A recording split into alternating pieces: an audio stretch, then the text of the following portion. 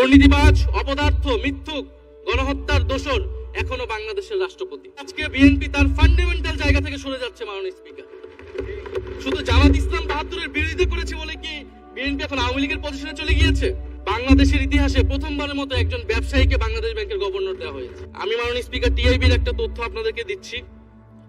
বর্তমান সরকারি দলের যারা নির্বাচনের প্রার্থী হয়েছেন তাদের ৫৯.৪১% ঋণগ্রস্ত এবং যার বেশিরভাগ হচ্ছে সরকারি দলে।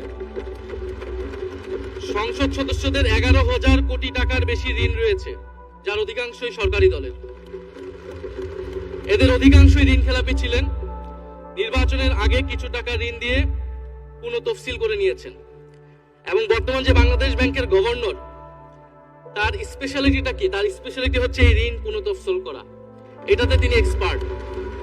ফলে তাকে বাংলাদেশ ব্যাংকের গভর্নর কেন দেওয়া হয়েছে এটা খুব পরিষ্কার। মাননীয় স্পিকার, এই যে হাজার হাজার কোটি টাকার ঋণ, সেই ঋণগুলো যাতে ঋণ পুনঃতফসিল করতে পারে সেই সুযোগ সুবিধাটা করে দেওয়ার জন্যই বাংলাদেশের ইতিহাসে প্রথমবারের মতো একজন ব্যবসায়ীকে বাংলাদেশ ব্যাংকের গভর্নর দেওয়া হয়েছে।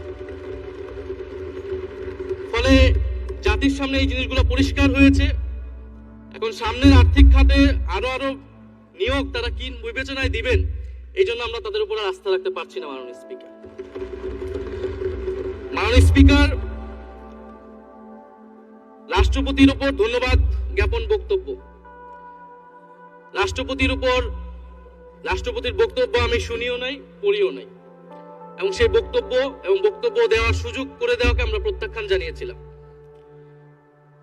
আমরা খুব স্পষ্টভাবে বলেছিলাম যে এই রাষ্ট্রপতি অপসারণ প্রয়োজন, তাকে গ্রেফতার করা প্রয়োজন। এই রাষ্ট্রপতির আর কোনো অধিকার নেই বঙ্গভবনে থাকার, এইখানে এসে বক্তব্য দেওয়া। প্রেসিডেন্ট শাহাবুদ্দিন চুপ্পু, তার কিছু কুকীর্তির কথা মাননীয় স্পিকার হাউসের সামনে তুলে ধরছি। তিনি দুদকের কমিশনার ছিলেন। তাকে দুদকের কমিশনার করা হয়েছিল ৩টে অ্যাসাইনমেন্ট দিয়ে। ১ নম্বর হচ্ছে খালেদা জিয়া এবং তারেক রহমানের বিরুদ্ধে দুর্নীতির অভিযোগের শাস্তি নিশ্চিত করা। ২ নম্বর পদ্মা সেতুর দুর্নীতির অভিযোগ থেকে আওয়ামী লীগকে ক্লিন শিট দেওয়া। ৩ নম্বর ফখরুদ্দিন মঈনুদ্দিন সরকারের সময় শেখ হাসিনা সহ আওয়ামী লীগ নেতাদের বিরুদ্ধে হওয়া দুর্নীতির মামলাগুলোকে বাতিল করে দেওয়া। এমন একজন ব্যক্তিকে বিএনপি সরকার রাষ্ট্রপতি হিসেবে এখনো মেনে নিচ্ছে। মাননীয় স্পিকার, আরেকটি ঘটনা বলি। ২০০৯ সালে শেখ হাসিনার ক্যাঙ্গারু আদালতের নির্দেশে এই শাহাবুদ্দিন চুপ্পুর নেতৃত্বে ৩ সদস্যের judicial inquiry commission on minority torture in 2001 করেছিল শেখ হাসিনার ক্যাঙ্গারু কোর্ট। এই প্রতিবেদন অনুসারে বিএনপির ২৬,০০০ বিএনপির নেতাকর্মীকে ২০০১ সালে ক্ষমতায় এসে কয়েক হাজার হিন্দুকে তারা হত্যা করেছে, এজন্য দায়ী করা হয়েছিল। মাননীয় স্পিকার, এবং আওয়ামী লীগ এই রিপোর্ট দেশে বিদেশে এই রিপোর্ট ফেরি করে তারা নিজেদের এখানে ক্ষমতায় থাকাটাকে পাকাপোক্ত করেছিল। মাননীয় স্পিকার, এই রাষ্ট্রপতি চুপ্পু এসালামের হাতে ইসলামী ব্যাংকে তুলে দেওয়ার কারিগর ২ কোটি আমানতকারীকে পথে বসিয়েছিল। এবং জুলাই গণহত্যার সময় তার ভূমিকা, ফ্যাসিবাদের সাথে তার সংশ্লিষ্টতা সবকিছু আমরা জানি। আমাদের দুর্ভাগ্য, এই দুর্নীতিবাজ, অপদার্থ, মিথ্যুক, গণহত্যার দোষর এখনো বাংলাদেশের রাষ্ট্রপতি। একটা আলোচনা কয়েকবার এসেছে যে রাষ্ট্রপতির অধীনে কেন শপথ নিয়েছি আমরা বলতে এখানে ব্যক্তিগতভাবে আমার কথাই বলেছে, কারণ আমি এখানে শপথ নিয়েছিলাম। তো মাননীয় স্পিকার, সেই সময় প্রেক্ষাপট আর এখনকার প্রেক্ষাপট কি এক? জুলাই গণঅভ্যুত্থানের পরে ৫ই আগস্টের পরে আমাদের সামনে ২টা অপশন ছিল। আমরা বলেছিলাম জাতীয় সরকার করতে হবে, সেই জাতীয় সরকারের প্রস্তাব বিএনপি নাকচ করে দিয়েছে। আমাদের সামনে আরেকটা অপশন ছিল ক্ষমতা আর্মির হাতে তুলে দেওয়া। যদি আমরা সেই দিকে আগাতাম আজকে তারা এখানে বসতে পারতেন কিনা মাননীয় স্পিকার, সেটা সন্দেহ আছে। দেশের স্বার্থে, দেশের স্থিতিশীলার স্বার্থে আমরা সেই সময় সরকারে গিয়েছিলাম, আমরা শপথ নিয়েছিলাম। কিন্তু বৈষম্যবিরোধী ছাত্র আন্দোলন খুব স্পষ্টভাবে ২০২৪ সালে কিন্তু এই রাষ্ট্রপতির অপসারণ চেয়েছিল। সেই সময় সাংবিধানিক ধারাবাহিকতার কথা বলে রাষ্ট্রপতির পক্ষে অবস্থান নিয়েছিল বিএনপির মহাসচিব মির্জা ফখরুল আলমগীর সাহেব, তিনি নিজেই কথা বলেছিলেন। ফলে এখন তো একটা নির্বাচিত সরকার। মাননীয় স্পিকার, এখন তো চাইলেই বিএনপি রাষ্ট্রপতি পরিবর্তন করতে পারে সরকার, এবং আমরা বিশ্বাস করি বিএনপিতে সেই ধরনের যোগ্য আস্থাভাজন ব্যক্তি নিশ্চয়ই রয়েছে। এবং সরকার দলের সদস্য অনেকে গৌরবের সাথে বলেছেন যে যেই রাষ্ট্রপতি জিয়াউর রহমানের বিরোধিতা করেছেন সেই রাষ্ট্রপতি এখন জিয়াউর রহমানের প্রশংসা করছে। মাননীয় স্পিকার, গাধাকে দিয়ে আপনি হাল চাষ করিয়ে এটার মধ্যে কোনো বাহাদুরি নাই। এটা আপনাদের দেউলিত্ব, সরকারের দেউলিয়াত্ব যে সরকার এখনো রাষ্ট্রপতি পরিবর্তন করতে পারছে না। মাননীয় স্পিকার, এই অধিবেশনের পুরোটা সময় জুড়ে আমরা সংস্কার, গণভোট, জুলাই সনদ, ৭২ সংবিধান নিয়ে অনেক কথা বলেছি এবং একটা বিষয় আমার কাছে খুবই অদ্ভুত লেগেছে। কিছু মাননীয় সংসদ সদস্য তারা ৭২ সংবিধানকে ৭১ সাথে মিলিয়েছে। মাননীয় স্পিকার, আমার জানা নেই আসলে তারা কোন বিবেচনা থেকে এটি মিলেছে। এটা তো সবসময় আওয়ামী লীগ মিলিয়েছে। মাননীয় স্পিকার, তারা ৭২ সংবিধানকে ৭১ ফসল হিসেবে ৭১ চেতনার সাথে মিলিয়েছে। ৭২ মূলনীতিকে ৭১ মূলনীতি বলে ৭১ আদর্শ হিসেবে প্রচার করেছেন। আমরা তো সেটার বিরোধিতা করেছি মাননীয় স্পিকার সবসময়, এবং বিএনপির বহু নেতা এটার বিরোধিতা করেছে। মাননীয় স্পিকার, ৭২ সংবিধানের ক্রিটিসিজম, সমালোচনা ৭২ সাল থেকেই বাংলাদেশে শুরু হয়েছিল। গত ১৬ বছর এই সমালোচনা তৈরি হয়েছিল। ৭২ সংবিধানের সমালোচনা মোটা দাগে ৩টি। প্রথমত, এই সংবিধান স্বাধীন বাংলাদেশের নির্বাচিত প্রতিনিধিরা প্রণয়ন করে নাই। আমি সরকারি দলের মাননীয় সংসদ সদস্য ব্যারিস্টার নওশাদ জমির সাহেবের সাথে আমি সহমত পোষণ করে বলতে চাই, একটা স্বাধীন দেশের শাসনতন্ত্র রচনা করার অধিকার, সুযোগ সেই দেশের নির্বাচিত প্রতিনিধিদের হওয়া উচিত।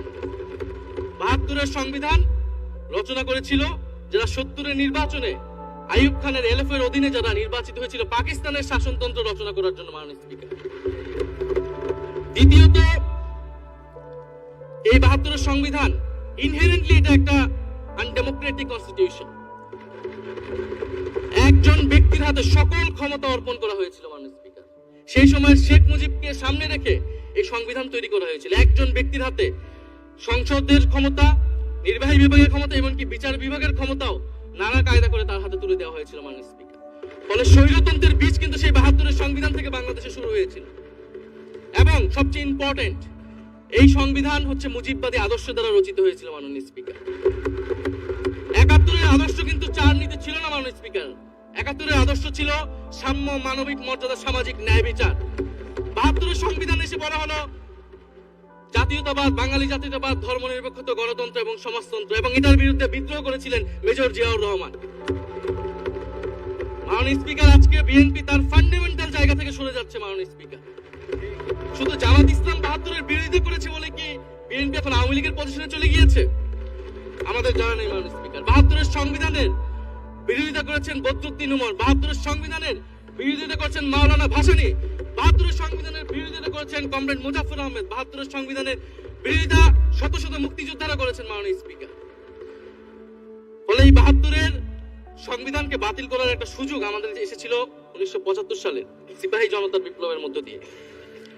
জিয়াউর রহমানের এটা একটা ঐতিহাসিক ভুল বলবো মাননীয় স্পিকার, তার প্রতি সম্মান রেখে, যে আমরা সেই সময় সেই অপরচুনিটি মিস করেছি।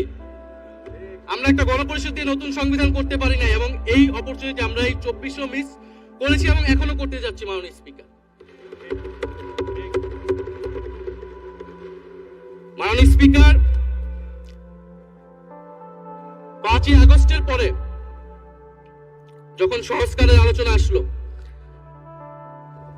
বৈষম্যবিরোধী ছাত্র আন্দোলন তারা তাদের পক্ষ থেকে আমরা বলেছিলাম আমরা নতুন সংবিধান চাই বা সংবিধান পুনর্লিখন চাই। বিএনপি বলেছিল তারা নির্বাচনের মাধ্যমে ক্ষমতায় যেতে চায়।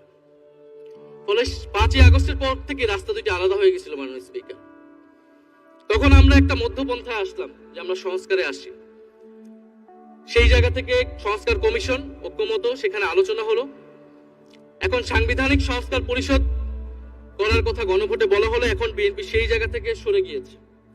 এখন বিএনপি যদি সেই জায়গা থেকে সরে যায়, আমাদেরকে পূর্বের জায়গায় ফেরত যেতে হবে। মাননীয় স্পিকার, সংবিধান পুনর্লেখনের দাবি আমাদেরকে জানাতে হবে। তারা যদি ৭২ পক্ষে এরকম অটল অবস্থানে থাকে। জুলাই সনদ নিয়ে অনেক কথা হয়েছে। মাননীয় স্পিকার, জুলাই সনদ, জাতীয় জুলাই সনদ, আমরা যেদিন স্বাক্ষর হয়েছিল, আমরা জাতীয় নাগরিক পার্টি সেদিন স্বাক্ষর অনুষ্ঠানে যাইনি। মাননীয় স্পিকার, এবং পরবর্তীতে আমরা স্বাক্ষর করেছি বলা যায় না, আমরা সেখানে আমাদের কমেন্টটা দিয়ে এসেছিলাম। মাননীয় স্পিকার, জুলাই জাতীয় সনদ, জুলাই গণ অভ্যুত্থানের পরবর্তীতে এত কষ্টের যে ফসলটাকে সেইটাকে মাননীয় স্পিকার নোট অফ ডিসেন্ট দিয়ে সেটাকে কলুষিত করে ফেলা হয়েছে। যেদিন জুলাই জাতীয় সনদ স্বাক্ষর হয় সেদিন জুলাই জাতীয় সনদের মেজর সংস্কারগুলোতেই পাশে একটা নোট লেখা হয়েছে যে কোনো রাজনৈতিক দল বা জোট তাদের নির্বাচনী ইস্তিহার উল্লেখ পূর্বক যদি জনগণের ম্যান্ডেট লাভ করে তাহলে তারা সেই মতো ব্যবস্থা গ্রহণ করতে পারবে। তাহলে যেই দল নির্বাচনে জয়ী হবে তারা তাদের ইস্তেহার অনুযায়ী সবকিছু করবে। মাননীয় স্পিকার, এটার জন্য ঐক্যমতের কোনো প্রয়োজন হয় না। আপনি যদি নির্বাচনে জিতে আপনার ইস্তেহার মতোই সবকিছু করবেন তাহলে আপনার সাথে আমার কিসের ঐক্যমত, কিসের আলোচনা? এবং সেই নোটগুলো কিভাবে লেখানো হয়েছে, কিভাবে বল প্রয়োগ করে, শক্তি প্রয়োগ করে ঐক্যমত কমিশনকে চাপ দিয়ে লেখানো হয়েছে, মাননীয় স্পিকার, এটা ঐক্যমত কমিশনের আমি মনে করি এখন বলার সুযোগ হয়ে এসেছে, সময় এসেছে। ফলে জুলাই জাতীয় সনদ আমরা একসেপ্ট সেই সময় করতে পারি নাই। এবং মাননীয় স্বরাষ্ট্রমন্ত্রীর ভাষাকে ধার করে আমি বলতে চাই যে জুলাই জাতীয় সনদ এক অন্তহীন প্রতারণার দলিলে পরিণত করেছে মাননীয় স্পিকার বিএনপি এটাকে। এবং ৭২-এর সংবিধানকে আওয়ামী লীগ দলীয় ইস্তেহারে পরিণত করেছিল, কলুষিত করেছিল। এবং জুলাই জাতীয় সনদকে বিএনপি কলুষিত করেছে, দলীয় ইস্তেহারে পরিণত করেছে মাননীয় স্পিকার। আপনি বলছেন জুলাই জাতীয় সনদ, তারপরে আপনি দেখাচ্ছেন হচ্ছে আমার দলীয় ইস্তিহার, তাহলে এখানে তো কোনো ঐক্যমতের সুযোগ নেই। এরপরে আসলো গণভোট। গণভোটের আদেশ নিয়ে সমালোচনা আছে এবং এই সমালোচনা আমরাও করেছি যে রাষ্ট্রপতি এই ধরনের অর্ডার দিতে পারে কিনা। কিন্তু গণভোটটাকে সবাই মেনে একটা কনসেনসাসের ভিত্তিতেই তো আমরা এই গণভোটে সবাই মিলে অংশগ্রহণ করলাম মাননীয় স্পিকার। বিএনপি এবং তৎকালীন বিএনপির বর্তমান মাননীয় প্রধানমন্ত্রী এবং চেয়ারপারসন তিনি নিজেও সংস্কারের পক্ষে, হ্যাঁ পক্ষে ভোটে প্রচারণা করেছেন। ফলে আপনাদের ইলেকশনের আগে এটা পরিষ্কার করা প্রয়োজন ছিল যে এই গণভোট আপনারা মানেন না, এই গণভোটে হ্যাঁ বা না জিতুক এটার সাথে আপনাদের কোনো সম্পর্ক নাই। ওনারা কিন্তু মাননীয় স্পিকার সেটা করেননি। ফলে জুলাই গণভোট এটা রাজনৈতিক সিদ্ধান্ত এবং গণরায়। মাননীয় স্বরাষ্ট্রমন্ত্রী তিনি নিজেই সেই সময় বলেছেন যে গণরায় হচ্ছে সার্বভৌম ক্ষমতা, জনগণের রায় আসলে সেটা সকলেই মেনে নিতে বাধ্য হবে, এমনকি যদি সেটার বিরুদ্ধে কেউ বিজয়ী হয় তারাও সেটা মেনে নিতে বাধ্য হবে। ফলে আমরা মনে করি যে এই গণভোট অনুসারে যে সাংবিধানিক সংস্কার পরিষদ অতি দ্রুত সময়ের মধ্যে সাংবিধানিক সংস্কার পরিষদ গঠন করা উচিত, এর সুরাহা করা উচিত। আমরা তো মাননীয় স্পিকার অনেক দূর সরে এসেছি, নতুন সংবিধানের জায়গা থেকে সরে আসতে আসতে আমরা কোথায় আসলাম? আমরা খুবই সামান্য কিছু দাবি এখানে এসেছে, জুলাই জাতীয় সনদ বা গণভোট যেটাই বলেন না কেন, যে একটা উচ্চকক্ষ হবে ভোটের অনুপাতে, তত্ত্বাবধায়ক সরকার হবে। এই তত্ত্বাবধায়ক সরকার নিয়ে তো এত ঝামেলা, গত 16 বছরের এত আন্দোলন। কিভাবে নিয়োগ হবে, নিয়োগটা আমাদেরকে জানতে হবে মাননীয় স্পিকার। নির্বাচন কমিশনার এবং সাংবিধানিক প্রতিষ্ঠানগুলোতে কিভাবে নিয়োগ হবে, একটা নির্দলীয় এবং গ্রহণযোগ্য নিয়োগ আমরা কিভাবে করতে পারি যেটা দেশকে বিভাজিত করবে না, বিরোধী দলের উপরে বিরোধী দলের অধিকার ক্ষুণ্ণ করবে না। এবং সবচেয়ে গুরুত্বপূর্ণ বিচার বিভাগ পৃথকীকরণ মাননীয় স্পিকার। এগুলা আমরা 5ই আগস্টের পরে আসমান থেকে বলিনি, এগুলা গত 16 বছর আলোচনা হয়েছে। বিএনপির 31 দফায় আলোচনা ছিল, আরো অনেক রাজনৈতিক দলের আলোচনাতে, সংস্কারের আলোচনা থেকে আমরা মাননীয় স্পিকার ধার করেছিলাম। হ্যাঁ, বিচার বিভাগ এই মুহূর্তে পৃথকীকরণ বা বিচার বিভাগের স্বাধীনতা নিয়ে কনসার্ন আছে, কারণ আওয়ামী লীগের নিয়োগকৃত অনেক বিচারক মাননীয় স্পিকার এখনো রয়ে গেছে বিচারালয়ে, যারা এই জামিনগুলো করিয়েছে ফ্যাসিস্টদের। কিন্তু সেটার একটা সুরাহা আপনারা করেন, আমরা সহযোগিতা করব, কিন্তু তারপরে তো বিচার বিভাগের স্বাধীনতা মাননীয় স্পিকার নিশ্চিত করতে হবে। গুম এবং মানবাধিকার অধ্যাদেশ বাতিল করলেন, আপনারা বলছেন ভালো আইন নিয়ে আসবেন। তো ভালো আইন যতক্ষণ পর্যন্ত আনতে পারছে না ততক্ষণ পর্যন্ত মাননীয় স্পিকার আপনাদের সমালোচনাটা সহ্য করতে হবে। আপনারা ভালো আইন নিয়ে আসুন এবং অতি দ্রুত সময়ের মধ্যে নিয়ে আসুন, আমরা দেখি। মাননীয় স্পিকার, এই সংসদে, এই অধিবেশনে আরেকটি বিষয় বারবার এসেছে, সেটা হচ্ছে মুক্তিযুদ্ধ এবং জুলাই গণ অভ্যুত্থান। মুক্তিযুদ্ধকে মাননীয় স্পিকার আমরা শ্রদ্ধা করি। আমরা মনে করি এই প্রজন্ম যারা জুলাই গণ অভ্যুত্থানে অংশগ্রহণ করেছি, জুলাই গণ অভ্যুত্থানের মধ্য দিয়ে মুক্তিযুদ্ধের নতুন রূপ তৈরি হয়েছে, মুক্তিযুদ্ধের নবায়ন হয়েছে। মাননীয় স্পিকার, ফলে মুক্তিযুদ্ধের সাথে জুলাই গণ অভ্যুত্থানের কোনো সাংঘর্ষিক অবস্থান নেই। আমরা বারবার বলেছি মুক্তিযুদ্ধ, জুলাই গণ অভ্যুত্থান হচ্ছে মুক্তিযুদ্ধেরই আরেকটি ধারাবাহিকতা। মুক্তিযুদ্ধে আমরা সাম্য মানবিক মর্যাদার কথা বলেছি, জুলাই গণ অভ্যুত্থানে আমরা বৈষম্য বিরোধী গণতান্ত্রিক বাংলাদেশের কথা বলেছি মাননীয় স্পিকার। কোথায় পার্থক্য, কোথায় আলাদা?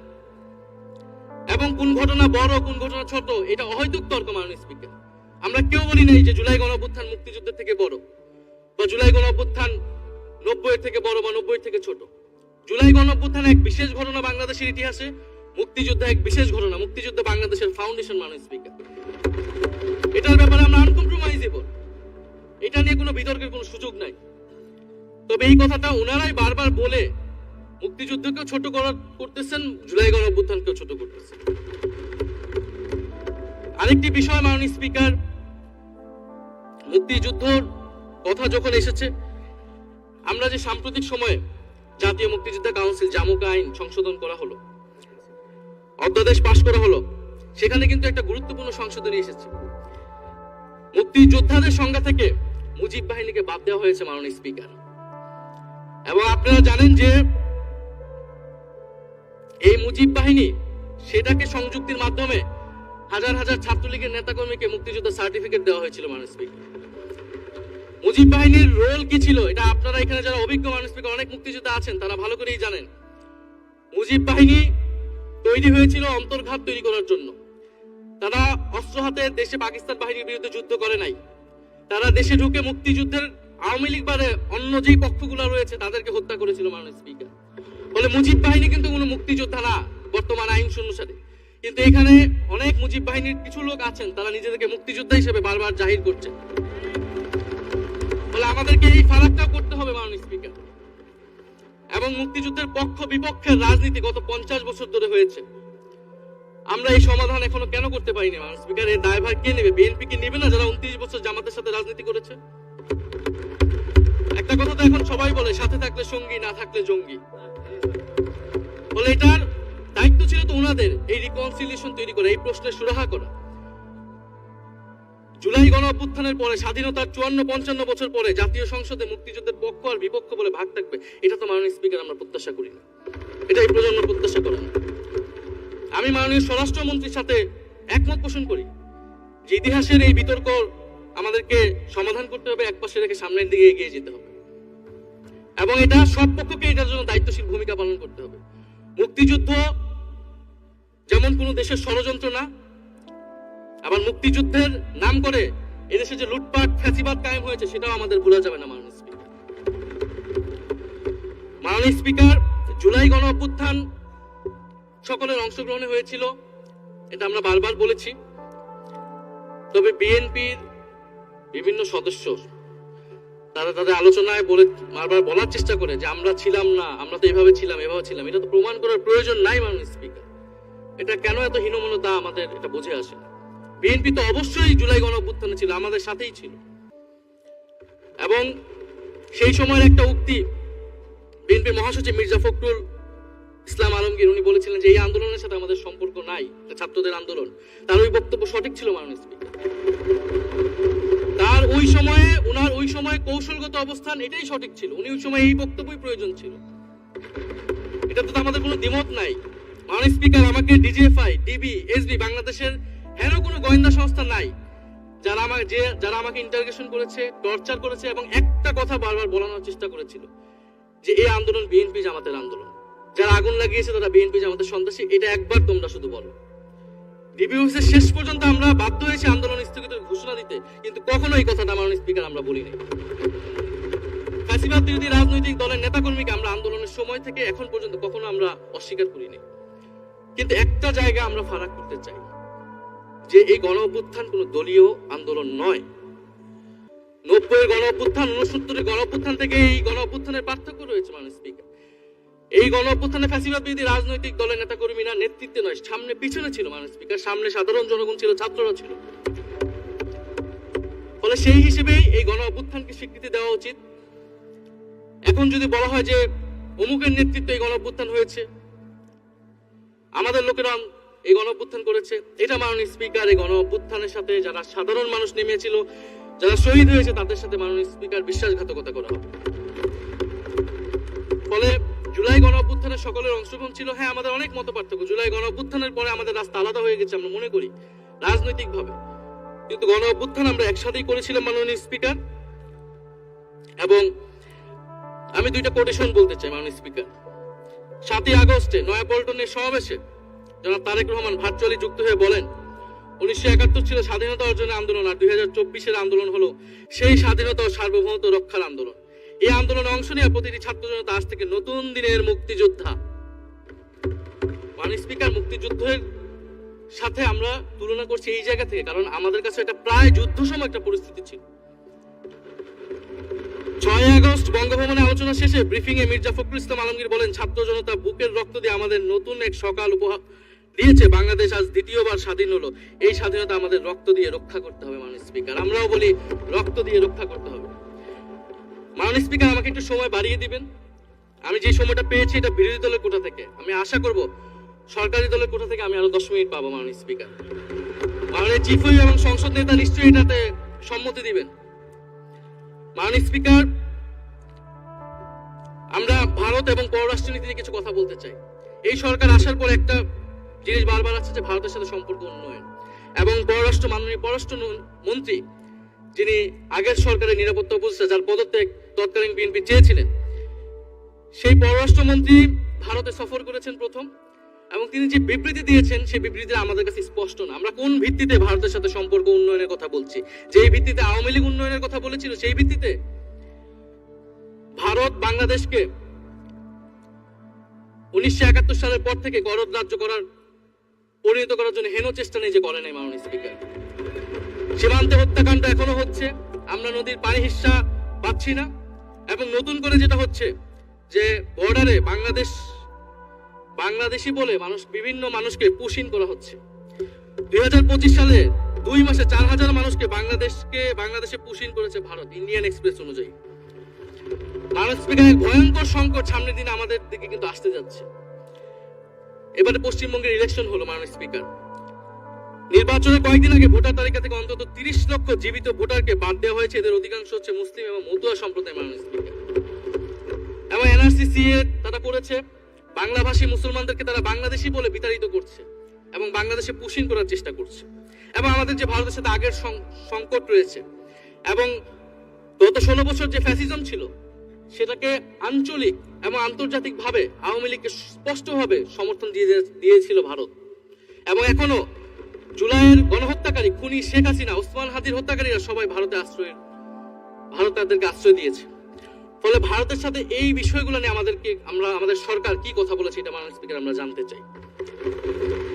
ভারতের সাথে সম্পর্ক আমরা উন্নয়ন করতে চাই। ভারত আমাদের প্রতিবেশী দেশ, কিন্তু মর্যাদার ভিত্তিতে, সাম্যের ভিত্তিতে এই সম্পর্ক হতে হবে। মাননীয় স্পিকার, ভারত শুধু আওয়ামী লীগের সাথে সম্পর্ক তৈরি করে এই দেশকে নিয়ন্ত্রণ করার চেষ্টা করছে, সেই দিনকে সে কবর রচনা করতে হবে। মাননীয় স্পিকার, ফলে এটা আমরা বুঝতে পারতেছি না ভারত বিএনপির সাথে বা বর্তমান সরকারের সাথে তার সম্পর্কের ভিত্তিটা কি, এবং বর্তমান সরকার আমার এই কথাগুলো যেগুলো আমি বললাম সেগুলো নিয়ে ভারতের সাথে কথা বলেছে কিনা। মাননীয় স্পিকার, দুর্নীতি নিয়ে অনেক কথা হয়। আমি ঋণ খেলাপির পরিসংখ্যানগুলো দিলাম, এবং নির্বাচনের বিধান অনুযায়ী ঋণ খেলাপিকে নির্বাচনে প্রার্থী হতে পারবে না, কিন্তু আমরা দেখলাম নির্বাচনের আগে কিছু টাকা পরিশোধ করে ঋণ পুনঃতফসিল করে তারা সংসদ সদস্যরা সংসদ সদস্য বেশি আসলেন। মাননীয় স্পিকার, আমি কিছু সংখ্যা বলছি। 1700 কোটি টাকা, 765 কোটি টাকা, 679 কোটি টাকা, 621 কোটি টাকা, 201 কোটি টাকা, 182 কোটি টাকা, 97 কোটি টাকা। মাননীয় স্পিকার, এগুলো আমাদের সংসদ সদস্য যারা তাদের ঋণ রয়েছে। মাননীয় স্পিকার, এবার আমি নাম বললাম না, কিন্তু পরের সেশনে কিন্তু মাননীয় স্পিকার আমি নাম ধরেই কথা বলবো, এগুলো ফ্যাক্ট। এবং এখনো 2 জন আসতে পারে নাই এই কারণে। এখন দুর্নীতির বিরুদ্ধে তো যুদ্ধ ঘোষণা হয়েছে, এখন এই ঋণগুলো কবে বাংলাদেশের জনগণ ফেরত পাবে, বাংলাদেশের ব্যাংক ফেরত পাবে? মাননীয় স্পিকার, এটা আমরা জানতে চাই। মাননীয় স্পিকার, যদি সময় একটু বাড়িয়ে দেন। মাননীয় সদস্য, আপনি আবেদন জানিয়েছিলেন, এর মধ্যে ট্রেজারি বেঞ্চের যে চিফ হুইপ আছেন, মাননীয় চিফ হুইপ, উনি আমাকে জানিয়েছেন ওনার সময় 20 মিনিট বরাদ্দ ছিল, সেখান থেকে 5 মিনিট উনি কর্তন করে আপনাকে দিয়েছেন। তো আপনি 5 মিনিটের মধ্যে দয়া করে শেষ করবেন। মাননীয় স্পিকার, আর মাননীয় প্রধানমন্ত্রীর থেকে আরো 5 মিনিট আমি রিকোয়েস্ট করছি। মাননীয় স্পিকার, আর যদি 5 মিনিটে শেষ করতে পারে আমি শেষ করে দিব, কোনো সমস্যা নেই। মাননীয় স্পিকার, ফলে আমরা দুর্নীতির কথা বলা হচ্ছে। 16 বছরে আওয়ামী লীগের যে দুর্নীতি, সেই দুর্নীতি থেকেও বড় হয়ে গেছে অন্তর্বর্তী সরকারের সময় ছাত্র সমন্বয়করা কি দুর্নীতি করেছে। মাননীয় স্পিকার, ছাত্র সমন্বয়করা খুবই খারাপ। তারা মন্ত্রণালয়ে ঘুরেছে, দুর্নীতি করেছে, কিংস পার্টি করেছে। তো মাননীয় স্পিকার, গত আওয়ামী লীগের আমলে 16 বছরের দুর্নীতির বিচার ওনারা কিভাবে করবেন সেইটা মাননীয় স্পিকার ওনাদের বলা উচিত জনগণের সামনে। এবং আরো ভালো হয় যদি 2001 থেকে 6 সাল পর্যন্ত মাননীয় স্পিকার যে দুর্নীতির অভিযোগগুলো এসেছিল সেটারও একটা স্বচ্ছ তদন্ত মাননীয় স্পিকারের বর্তমান সরকার করে। দুর্নীতি কেউ না কেউ তো করেছে, কারা করেছে তাদের নাম বাংলাদেশের জনগণের সামনে উন্মুক্ত করা হোক, কারণ সেটার জন্যই তাদেরকে ভোগান্তি পোহাতে হয়েছে 1/11 ষড়যন্ত্রের মাধ্যমে। বর্তমান প্রধানমন্ত্রী, তাকেও কিন্তু দুর্নীতির মিথ্যা অভিযোগ দিয়ে মাননীয় স্পিকার তার বিরুদ্ধে মামলা করা হয়েছিল। মাননীয় স্পিকার, মাননীয় স্বরাষ্ট্রমন্ত্রীর দৃষ্টি আকর্ষণ করছে, একটু আইন শৃঙ্খলা নিয়ে কথা বলি। 2 মাসে বিএনপির হাতে খুন হয়েছে 31 জন, ধর্ষণের ঘটনা ঘটেছে 14টি, বিএনপির চাঁদাবাজির খবর এসেছে 83টি, হামলার ঘটনা এসেছে 154টি। এর একটিতে সরকার কার্যকর কোনো ব্যবস্থা গ্রহণ করেনি। মাননীয় স্পিকার, শাহবাগ থানার সামনে ঢাকা বিশ্ববিদ্যালয়ের সাংবাদিক সমিতির কয়েকজন সদস্যকে বেধড়ক মারধর করেছে ছাত্র দলের নেতাকর্মী, এবং এটার এখনো কোনো মামলা নেয়নি। মাননীয় স্বরাষ্ট্রমন্ত্রী যদি জানান এই মামলাটা কেন নেওয়া হচ্ছে না। থানার ভিতর প্রবেশ করে ওসি রুমে ডাকসুর 2 জন নির্বাচিত প্রতিনিধিদের উপর হামলা করা হয়েছে। মাননীয় স্পিকার, ঢাকা বিশ্ববিদ্যালয়ের সাংবাদিক সমিতি, মাননীয় স্পিকার আপনি জানেন আপনি ঢাকা বিশ্ববিদ্যালয়ের ছাত্র, মহসিন হলের, আমিও মহসিন হলের ছাত্র। মাননীয় স্পিকার, ঢাকা বিশ্ববিদ্যালয়ের সাংবাদিক সমিতির একটা বড় ভূমিকা আছে বাংলাদেশের গণতান্ত্রিক আন্দোলনগুলোতে, আমাদের বিশ্ববিদ্যালয়ের গণতান্ত্রিক আন্দোলনগুলোতে। মাননীয় স্পিকার, মাজার হামলা নিয়ে কিছু কথা বলতে চাই। এই সরকারের আমলে আমরা দেখলাম যে কুষ্টিয়ায় মাজারে হামলা করে একজনকে হত্যা করা হয়েছে। মাননীয় স্পিকার, আমরা নিন্দা এবং প্রতিবাদ জানাই। আমরা কোনো ধর্মীয় বিতর্কে ঢুকবো না, সেটা নিয়ে আমাদের আলেম ওলামাগণ ব্যাখ্যা করবেন, কিন্তু আমরা রুল অফ ল নিয়ে কথা বলতে চাই। মাননীয় স্পিকার, এই ধরনের ঘটনা কোনোভাবেই গ্রহণযোগ্য হতে পারে না, এবং অন্তর্বর্তী সরকারের সময় এই ধরনের ঘটনা অনেক ঘটেছে, আমরা তারও নিন্দা জানাই, এবং সকল ঘটনা তদন্ত এবং বিচার হওয়া উচিত মাননীয় স্পিকার এই সময়ের মধ্যে। মাননীয় স্পিকার, জঙ্গিবাদ নিয়ে নতুন করে কথা আসছে, সরকারের প্রতি অনুরোধ থাকবে আপনারা একটু সমন্বয় করে বক্তব্য দিন। স্বরাষ্ট্রমন্ত্রী বলছেন জঙ্গিবাদ নেই, আবার মাননীয় প্রধানমন্ত্রীর উপদেষ্টা বলছেন জঙ্গিবাদ আছে, জঙ্গি আছে। তো ওনাদের বক্তব্যটা পরিষ্কার হলে আমরাও এই বিষয়ে আমাদের অবস্থান বা বক্তব্যটা পরিষ্কার করতে পারবো। তবে একটা জিনিস, যে জঙ্গিবাদের বিরুদ্ধে আমাদের জিরো টলারেন্স। মাননীয় স্পিকার, এটা বাংলাদেশের সিকিউরিটি প্রশ্ন, এবং এটা সরকার এককভাবে ডিল করতে পারবে না, এটা জাতীয় ঐক্য লাগবে, এবং সরকারকে আমরা সর্বাত্মকভাবে সহযোগিতা করবে বিষয়ে। তবে বিগত আমলের মতো এবং ওয়ারেন্ট টেররের প্রজেক্ট হিসেবে যাতে বাংলাদেশে কোনো জঙ্গিবাদের নাটক না হয়, মাননীয় স্পিকার, এটাও আমাদের মাথায় রাখবে।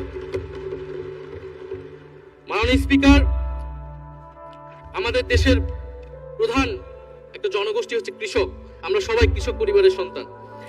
সরকার কৃষি কার্ড দিচ্ছে, এটা সরকারকে সাধুবাদ জানাই। তবে সরকার গত বছরের যে দামে কৃষক থেকে ধান এবং চাল কিনেছে, এই বছর ঠিক একই দামে কৃষক থেকে ধান কিনছে, এটার ফলে কৃষকদের কিন্তু মাননীয় স্পিকার লোকসান হচ্ছে। ডিজেলের দাম বৃদ্ধি হয়েছে, সেচ খরচ, সার, বীজ, শ্রমিক মজুরি সব মিলিয়ে মাননীয় স্পিকার বড় মৌসুমে ধানের উৎপাদন খরচ উল্লেখযোগ্যভাবে বেড়েছে। একদিকে কৃষি কার্ড দিবেন, আরেকদিকে ধানের ন্যায্য মূল্য আপনারা কৃষককে দিবেন না, এটা মাননীয় স্পিকার কোনো সমাধান বলে আমরা মনে করি না। মাননীয় স্পিকার, আমরা জুলাই গণহত্যার বিচার নিয়ে মাননীয় আইনমন্ত্রীকে এখন পর্যন্ত কোনো ব্রিফিং মাননীয় সংসদে করতে শুনি নাই, হয়তো আমার মিস হয়ে যেতে পারে। আমরা আশা করব উনি প্রতি অধিবেশনে সংসদে এবং সংসদের বাইরে আমাদের ট্রাইব্যুনালের চিফ প্রসিকিউটর আছেন, মাননীয় আইনমন্ত্রীর থেকেও আমরা জুলাই গণহত্যার বিচার প্রক্রিয়া কতটুকু আগাচ্ছে, কিভাবে আগাচ্ছে, এটা নিয়ে আমরা স্বচ্ছ বক্তব্য ওনাদের কাছ থেকে, সরকারের কাছ থেকে মাননীয় স্পিকার আশা করি। আমরা আশা করি মাননীয় স্পিকার, যে জুলাই যারা শহীদ হয়েছিলেন, শহীদ পরিবারদের যে সকল সুযোগ সুবিধা দেওয়া হয়েছিল অন্তর্বর্তী সরকার থেকে, সেই সব কিছু অব্যাহত থাকবে, এবং বর্তমান সরকার সেটা আরো বৃদ্ধি করবে মাননীয় স্পিকার, শহীদ পরিবার এবং আহত যোদ্ধাদের জন্য। মাননীয় স্পিকার, আর 2 মিনিট যদি বৃদ্ধি করতেন আমি শেষ করে দিব। 2 মিনিট। জি, 2 মিনিট বৃদ্ধি করা হলো। মাননীয় স্পিকার, আমরা এই জুলাই গণ অভ্যুত্থানে এই প্রজন্ম কর্মসংস্থানের বড় একটা দাবি নিয়ে কিন্তু মাননীয় স্পিকার চাকরির আন্দোলন থেকে আন্দোলনটা শুরু হয়েছিল। ফলে আমরা আশা করব এই সরকারের সময় কর্মসংস্থানের সুরাহা হবে, এবং সেটার জন্য আর্থিক খাতে দুর্নীতি বন্ধ করতে হবে, বিনিয়োগ আনতে হবে, এবং চাকরিতে স্বজনপ্রীতি, দুর্নীতি এগুলো একদম বন্ধ করতে হবে মাননীয় স্পিকার, সরকারি চাকরিতে বিশেষত। মাননীয় স্পিকার, একটা বিষয় যে সরকার এখন বলে দিচ্ছে যে বিরোধী দল কিভাবে কথা বলবে, কিভাবে বিরোধিতা করবে, এবং বিরোধী দলের পতনও হয়ে যাবে, এরকম কথা মাননীয় স্পিকার সংসদে আমাদের শুনতে হচ্ছে। বিরোধী দল তো মাননীয় স্পিকার সরকারের প্রেসক্রিপশন অনুযায়ী বিরোধিতা করবে না। সরকারের শিখিয়ে দেওয়ার প্রয়োজন নেই কিভাবে কথা বলবে, কিভাবে বিরোধিতা করবে। বিরোধী দল বিরোধিতা করবে, সমালোচনা করবে, জনগণ এটা ঠিক করবে বিরোধী দলকে কতটুকু সমর্থন দিবে কি দিবে না। এবং বিরোধী দলের রাজনীতি মাননীয় স্পিকার বিএনপি করেছে, আমরা দেখেছি, তখন ছোট ছিলাম। মাননীয় স্পিকার, আমি যখন ইন্টারমিডিয়েটে পড়ি, খালেদা জিয়া তখন গ্রেফতার হন এবং তারপরের দিন আমার বাবা রাজনৈতিক মামলায় গ্রেফতার হন। আমার মা আমাকে নিয়ে থানায়, কোর্টে এবং কারাগারে আমি আমার মায়ের সাথে ঘুরেছি মাননীয় স্পিকার। আমি জানি আমার এই অভিজ্ঞতা বাংলাদেশের লাখ লাখ মানুষের, ফ্যাসিবাদ বিরোধী আন্দোলন, রাজনৈতিক কর্মী যারা রয়েছে তাদের সকলের একই অভিজ্ঞতা মাননীয় স্পিকার। মাননীয় স্পিকার, সেই অভিজ্ঞতা থেকেই বিশ্ববিদ্যালয়ে যখন এসেছি প্রথম, মনে হয়েছে যে এই প্রজন্ম হিসেবে আমাদের একটা দায়বদ্ধতা আছে। আমার সামনে একজন স্বৈর শাসক থাকবে, বাংলাদেশের একজন ছাত্র হিসেবে আমি এটা মেনে নিতে পারিনি মাননীয় স্পিকার প্রথম বর্ষ থেকে। সেই জায়গা থেকে কাজ করেছি জুলাই গণ অভ্যুত্থানে। মাননীয় স্পিকার, আমি আমার এলাকা নিয়ে শুধু শেষ করব, সবাই যেহেতু এলাকা নিয়ে কথা বলে প্রথম আসলে, আমি মাননীয় প্রধানমন্ত্রীর প্রতিবেশী, ঢাকা 17-এর প্রতিবেশী হচ্ছে ঢাকা 11 মাননীয় স্পিকার। সংসদে সরকার দল এবং বিরোধী দলের যে পরিমাণ বৈষম্য, ঢাকা 17 এবং ঢাকা 11-এর একই পরিমাণ মাননীয় স্পিকারের বৈষম্য। ফলে উনি যাতে এই বৈষম্য দূর করেন এবং ঢাকা 11-এর জন্য যদি মাননীয় সদস্য 2 মিনিট চেয়েছিলেন, শেষ হয়ে গেছে। আর 2 মিনিট দেওয়া হলো, 2 মিনিটের মধ্যে শেষ করে ফেলেন প্লিজ। ধন্যবাদ আপনাকে। ফলে এই বৈষম্য উনি সংসদেও দূর করবেন, সংসদেও দূর হবে এবং আমার এলাকাও সেই উন্নয়ন কার্যক্রম হবে। ঢাকা 11 এই গণ অভ্যুত্থানের অন্যতম হট স্পট ছিল রামপুরা, বাড্ডা, ভাটারা এলাকা মাননীয় স্পিকার, যেখানে অনেক প্রাইভেট বিশ্ববিদ্যালয়, মাদ্রাসা, তারা সকলে এসে কিন্তু ফ্যাসিস্টদেরকে প্রতিহত করেছিল। এবং এই অত্র এলাকার নানান সমস্যা, তো সরকারের জায়গা থেকে আমি আশা করব, আমি হয়তো অনেক সমালোচনা করতে পারি, অনেক ভুল ত্রুটি থাকতে পারে, যেহেতু নতুন এসেছি, কথা বলছি, তো সেই জায়গা থেকে যাতে আমার এলাকার প্রতি কোনো বিরূপ মনোভাব না থাকে, কোনো বৈষম্য যাতে না হয় মাননীয় স্পিকার। আপাতত ওনারা ওইখানকার যিনি পরাজিত প্রার্থী, তাদেরকে দিয়ে বিভিন্ন উন্নয়ন কার্যক্রম করছে প্রশাসক, এই সিটি কর্পোরেশনের প্রশাসক। তা আমার ক্রেডিটের দরকার নাই, কিন্তু উন্নয়ন হলেই মাননীয় স্পিকার চলবে। মাননীয় স্পিকার, আমি সর্বশেষ বলতে চাই, এই প্রথম অধিবেশনে বিশ্ববিদ্যালয় জীবনে ঢাকা বিশ্ববিদ্যালয়ের অনেক স্বপ্ন নিয়ে গিয়েছিলাম। প্রথম মাসে মাননীয় স্পিকার হতাশ হয়েছিলাম, যখন দেখেছি হলের সিস্টেম, যখন দেখেছি বিশ্ববিদ্যালয়ের সিস্টেম। এবং এই সংসদে মাননীয় স্পিকার প্রথম অধিবেশনে আমি অনেক হতাশ হয়েছি। সরকারি দলের সদস্যরা যেভাবে স্তুতি করেছে, যেভাবে সংবিধান সংস্কার পরিষদকে বাতিল করে দেওয়া হয়েছে, যেভাবে গণভোটকে অস্বীকার করেছে, মাননীয় স্পিকার, আমি আশা করব আমাদের এই হতাশা অতি দ্রুতই শেষ হবে এবং আমরা যেই কমিটমেন্ট জনগণের কাছে করেছি সেই সকল প্রতিশ্রুতি আমরা রক্ষা করে সামনের দিকে এগিয়ে যেতে পারবো। মাননীয় স্পিকার, আপনাকে ধন্যবাদ। এই হাউসের সকলকে ধন্যবাদ মাননীয় স্পিকার।